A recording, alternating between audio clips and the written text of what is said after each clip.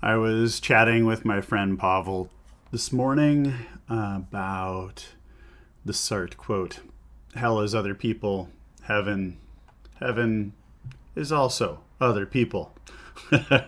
And Conway's Law tells us that how we talk to each other basically governs everything about how we build things, how we feel at the end of the day, that how we communicate, whether it's the mechanisms, whether they're impersonal, they're personal, whether you can be funny or whether you feel that you can't be funny, if you can or cannot care for other people, that those things all add not just to your relationships with the other people, but they reflect in your product, in your culture.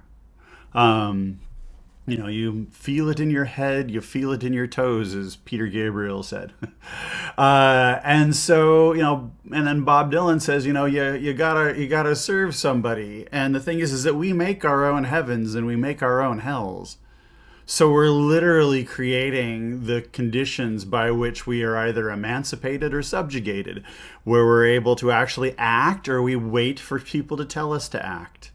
And the more that we wait for people to tell us to act, the slower work moves, the less enjoyable it is to do, the lower the quality is going to be. So we're building this system together. So in the Collaboration Equation book, I talk about 5 principles. And in those principles, we are seeing that if we don't work with each other well, if we don't communicate well, then we're not professional. We can't improve what we do. We won't understand why we're doing what we do. We can't draw from the experiences of our peers. We can't, be a band. we will just go to work, keep our heads down, do our thing and leave, which is pretty much Sartre. That is why Sartre says that hell is other people. Because it's people you don't want to be around, doing something you don't want to do, and then they're jerks. And it's not because they're jerks necessarily, it's because they're stuck in the same system that you are. And you guys can fix it. At any given point in time, you can say, all right, we've got to fix it. So how do we do that?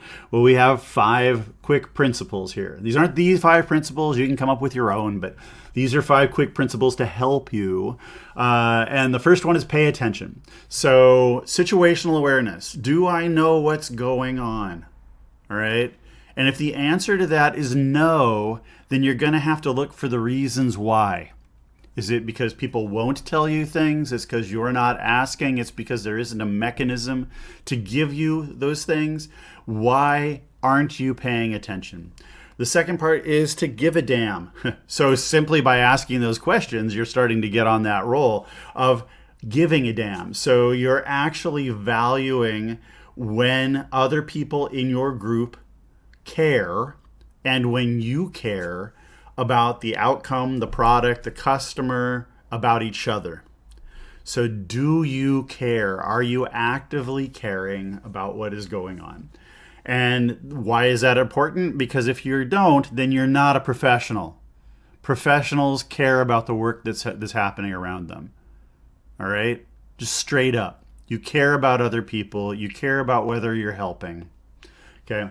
Then the next one, PDSA, improvement, literally is your job.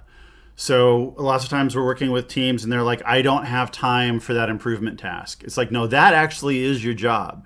Your job is to make sure that the product goes out to the customer in the best way possible, which is both best quality of delivery and then also quality of experience to make that delivery. Why? Because of Conway's Law, which is telling us that if our internal system is stilted, crappy, unenjoyable, that will reflect in our work. Okay, then information drives action. We say at Modus that we want people to act with confidence. Every person on your team needs to understand what is going on. right? They need to have the information that they need in order to work with other people, okay? So they need to see direction, engage in strategy, and be able to get their work done at the right time in the right way, which requires information. The more information is withheld, that is an information bottleneck, and it will operate like any other bottleneck, and it will screw things up, because that's what bottlenecks do. Then trust but visualize is the last one there, which is actually engaging in visual leadership, which doesn't mean leader as I am a leader as bestowed upon me by the board of directors. It means I, as a person who's working at this company, am capable of leading. I am capable of showing leadership at any given point in time. And that comes with a certain amount of respect that people can engage in their own agency, that they can see something that needs to be done and act. And then the trust that if I do act, I'm not going to get in trouble for it. I'm not going to go do this amazing thing, fix this problem, and then the next thing I knew, find myself in some boss's office getting, my hat handed to me because that was someone else's purview or something. I should know if it is someone else's purview and work with them or bring the thing to them. But we should be able to act so that everyone can see the plans that we have, the changes that are occurring around those plans, whatever needs those changes are creating, and then be able to act on them when, as we used to say in extreme programming, the cost of change is low. So the last bit here in the little article is that for nearly 80 years, people have been saying this. Deming said this, Sartre said this, Conway said this, Bob Dylan said this, Covey said this. Everyone over and over and over again is saying this one thing: either work together or fail. All right? So let's go do that. Let's go do those things. We can do it.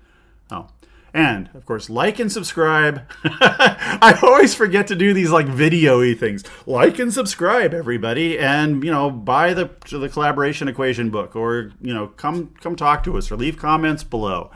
But engage. Let's learn together, okay?